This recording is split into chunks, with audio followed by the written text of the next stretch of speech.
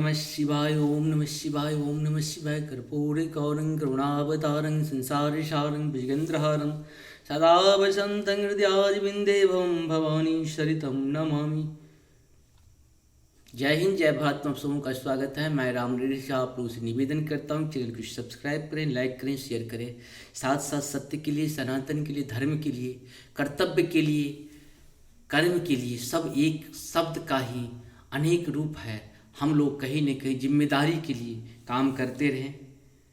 और आज हम लोग श्री राम चरित्र नहीं बल्कि शिव महापुराण के 45वें एपिसोड को सुनेंगे। एपिसोड हम अपने हिसाब से बनाते हैं, जैसे जैसे होता है 10 से 15-20 मिनट का एक एपिसोड बनाते हैं। आज शिव पूजन की सर्वोत्तम विधि का वर्णन करेंगे। ब्रह्मा जी कहते हैं, अब मैं पूजा की सर्वोत्तम विधि बता रहा हूँ जो समस्त अभिष्ट और सुखों को सुलभ कराने वाली हैं। देवताओं एवं ऋषियों, तुम ध्यान देकर सुनो। उपासकों को चाहिए कि वह ब्रह्म मुहूर्त में शयन से उठकर जगदम्बा पार्वती सहित भगवान शिव का स्मरण करें और साथ और हाथ जोड़ मस्तक झुकाकर भक्तिपूर्वक उनसे प्रार्थना करें, देवेश्वर उठिए उठिए, मेरे हृदय मंदिरों में शयन करने वाले देवता उठिए, उमाकांत उठिए, ब्रह्मांड में सबका मंगल कीजिए। मैं धर्म को जानता हूँ किंतु मेरा उसी में प्रवृत्ति नहीं होती। मैं अधर्म को जानता हूँ परंतु मैं उससे दूर नहीं हो पाता। महादेव, आप मेरे हृदय में स्थित होकर मुझे ऐसा प्रेरणा देते हैं, वैसे ही मैं करता हूँ। इस प्रकार भक्तिपूर्वक कहकर और गुरुदेव की चरण पादुकाओं का स्मरण करके गांव से बाहर दक्षिण दिशा में मल मूत्र का त्याग करने के लिए जाए। मल त्याग करने के बाद मिट्टी और जल से धोने के द्वारा शरीर का शुद्धि करके दोनों हाथों और पैरों को धोकर दत्वन करें। सूर्योदय होने से पहले ही दत्वन करके मुंह को 16 बार जल की अंजलियों से धोएं। देवताओं तथा ऋषियों षष्ठी, प्रतिपदा, अमावस्या और नवमी तिथियों तथा रविवार के दिन शिव भक्त को यत्नपूर्वक तत्वों को त्याग देना चाहिए। अवकाश के अनुसार नदी आदि में जाकर अथवा घर में ही भली भांति स्नान करें। मनुष्य को देश और काल के विरुद्ध स्नान नहीं करना चाहिए। रविवार, श्राद्ध, संक्रांति, ग्रहण, महादान, तीर्थ, उपवास दिवस अथवा अशौच प्राप्त होने पर मनुष्य गर्म जल से स्नान न करें। शिव भक्त मनुष्य तीर्थ आदि में प्रवाह के सम्मुख होकर स्नान करें। जो नहाने के पहले तेल लगाना चाहे उसे विहित एवं निषिद्ध दिनों का विचार करके ही तैलाभ्यंग करना चाहिए। जो प्रतिदिन नियम पूर्वक तेल लगाता हो उसके लिए किसी दिन भी तेलाभ्यंग दूषित नहीं है, अथवा जो तेल इत्र आदि से वासित हों उसका लगाना किसी दिन भी दूषित नहीं है। सरसों का तेल ग्रहण को छोड़कर दूसरे किसी दिन भी दूषित नहीं होता। इस तरह देश काल का विचार करके ही विधि पूर्वक स्नान करें। स्नान के समय अपने मुख को उत्तर अथवा पूर्व की ओर रखना चाहिए। उत्तिष्ठ वस्त्र का उपयोग कभी न करें। शुद्ध वस्त्र से इष्ट देव के स्मरण पूर्वक स्नान करें। जिस वस्त्र को दूसरों ने धारण किया हो अथवा जो दूसरों के पहनने की वस्तु हो तथा जिसे स्वयं रात में धारण किया गया हो, वह वस्त्र उदिक्ष कहलाता है। उसे तभी स्नान किया जा सकता है जब उसे धो लिया गया हो। स्नान के पश्चात देवताओं, ऋषियों और पितरों को तृप्ति देने वाले स्नानांग तर्पण करना चाहिए। उसके बाद धुला हुआ वस्त्र पहने और आचमन करें। द्विजोत्तमों तदंतर गोबर आदि से लीप पोत कर स्वच्छंद किए हुए शुद्ध स्थान में जाकर वहाँ सुंदर आसन की व्यवस्था करें।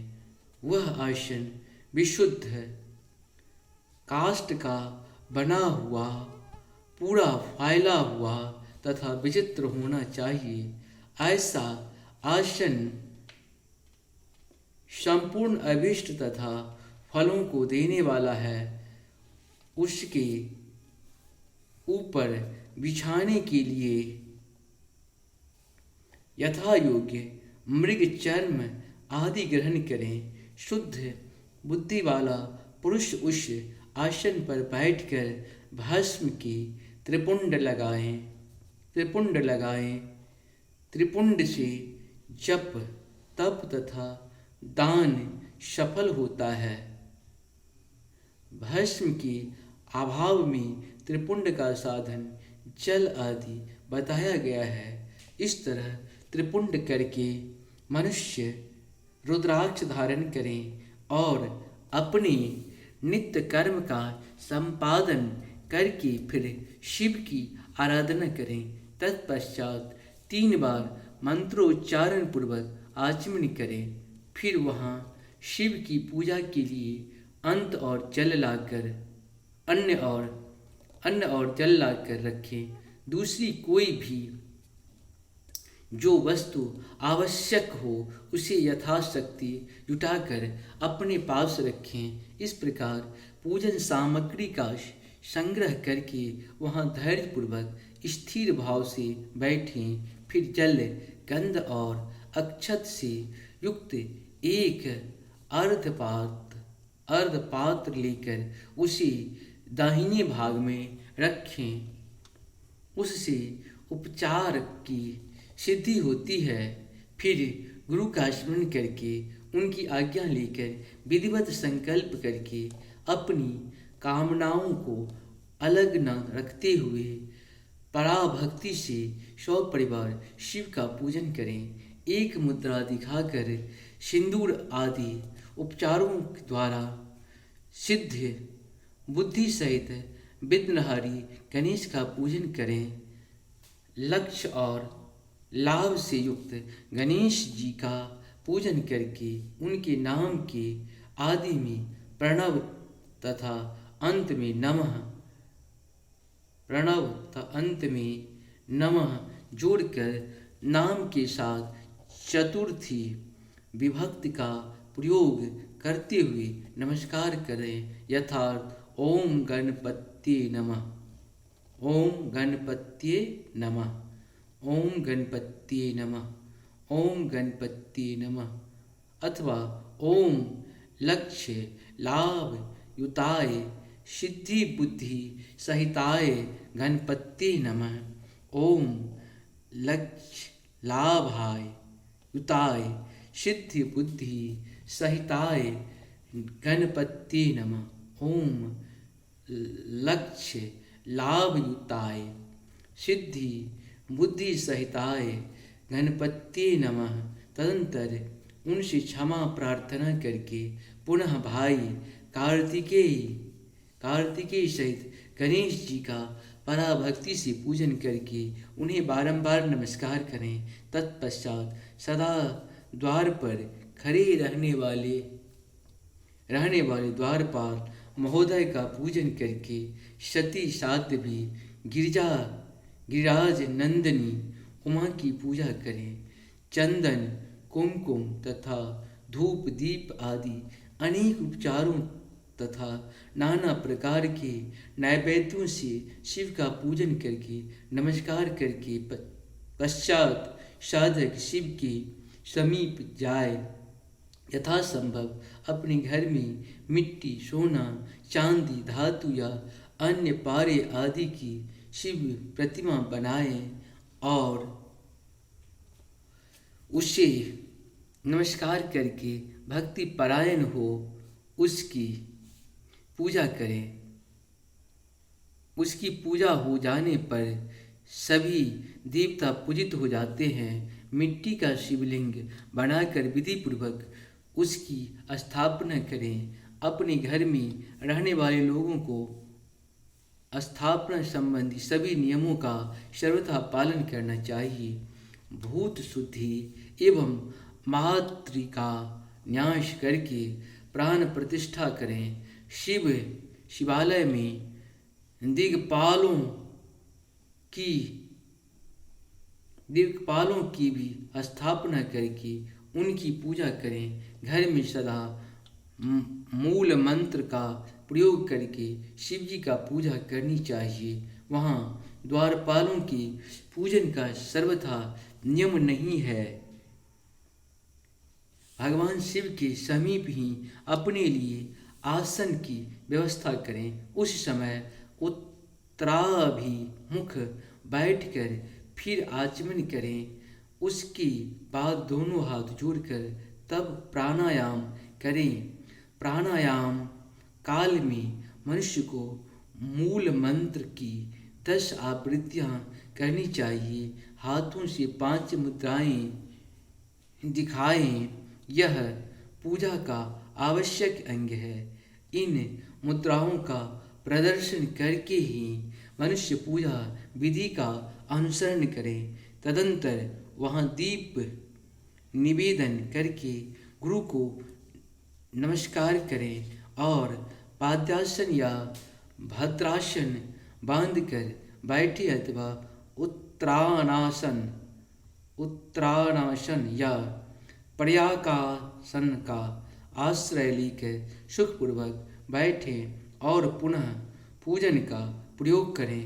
फिर अर्धपात्र से उत्तम शिवलिंग का प्रक्षालन करें। मन को भगवान शिव से अन्यत्र ले जाकर पूजा सामग्री को अपने पास रखकर निम्नांकित मंत्र समूह से महादेव जी का आवाहन करें। आवाहन कैलास शिखरस्थं च पार्वती पति मुक्तमं यथोक्तरूपणं शुभं निर्गुणं शम्भो निर्गुणं गुणरूपिणं पंचवक्त्रं 10 भुजं त्रिनेत्रं विषभध्वजं कर्पूरगौरं दिव्याङ्ग चन्द्रमौलिं कपर्दिनं व्याघ्रचर्मोरत्रियं च गजचर्माम्बरं शुभं वासुक्यादि परितांग पिनाकाद्या युधात्रितं सिद्धयोष्टं च यस्याग्रे नित्ययन्तीह निरन्तरं जय जयते शब्देश्च सेवितं भक्तपुञ्जके तेजसा दुष्य हेनेव दुर्लभक्ष देवसेवितं शरणं सर्वसत्त्वानां प्रसन्नमुखपङ्कजं वैदेह शास्त्रेऽर्थारिङ्गितं विष्णुर्ब्रह्मनुतं सदा भक्तवत्सलमानन्दं शिवमावाहयाम्यहं। सर्वमङ्गलमङ्गले शिवे सर्वार्थसाधिके शरणे त्र्यम्बके गौरी नारायणी नमोस्तुते। ओम जयंती मंगला काली भद्रकाली कपालिनी दुर्गा क्षमा शिवा धात्री स्वाहा स्वाहा नमस्ते। इस प्रकार से हम लोग का ये पूर्ण हुआ। आप सबों को बहुत बहुत धन्यवाद है। चैनल को सब्सक्राइब करें, लाइक करें, साथ साथ सत्य के साथ, सनातन के साथ, धर्म के साथ, कर्तव्य के साथ, जिम्मेदारी के साथ जब भी मौका मिले प्राण जाए पर वचन न जाए, रघुकुल रीत सदा चले आई, प्राण जाए पर वचन न जाए। ऐसी परंपरा को हम लोग फॉलो करें, क्योंकि हम लोग सत्य वाले हैं, सनातन वाले हैं, धर्म वाले हैं, कर्तव्य वाले हैं, जिम्मेदारी वाले हैं और अनंत हैं, अविनाशी हैं, अनंत और साथ साथ हम लोग अर्पण करने वाले हैं। जीवन को इसी तरह से सुखमय बनाइए, शांतिपूर्ण बनाइए। जय हो, हर हर महादेव।